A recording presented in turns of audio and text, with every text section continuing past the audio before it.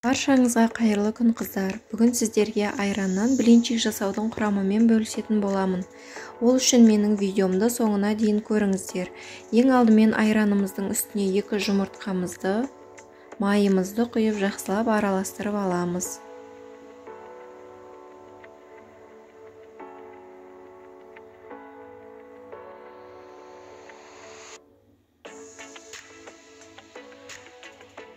Үстінен 3 ас қасық қантымызды қосып,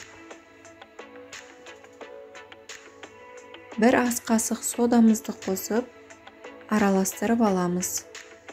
Ұнымызды електен өткізіп, түйіршігі кеткенше жақсылап араластырып аламыз.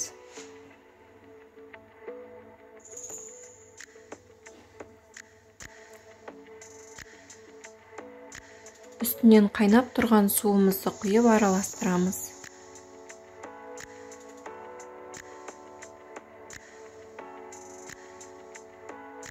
Біздің қамырымыз дайын.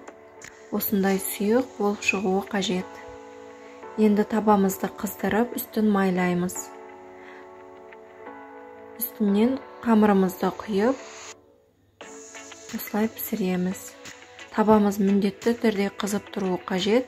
Сонда осылай кестелі болып, ажурный болып шығады.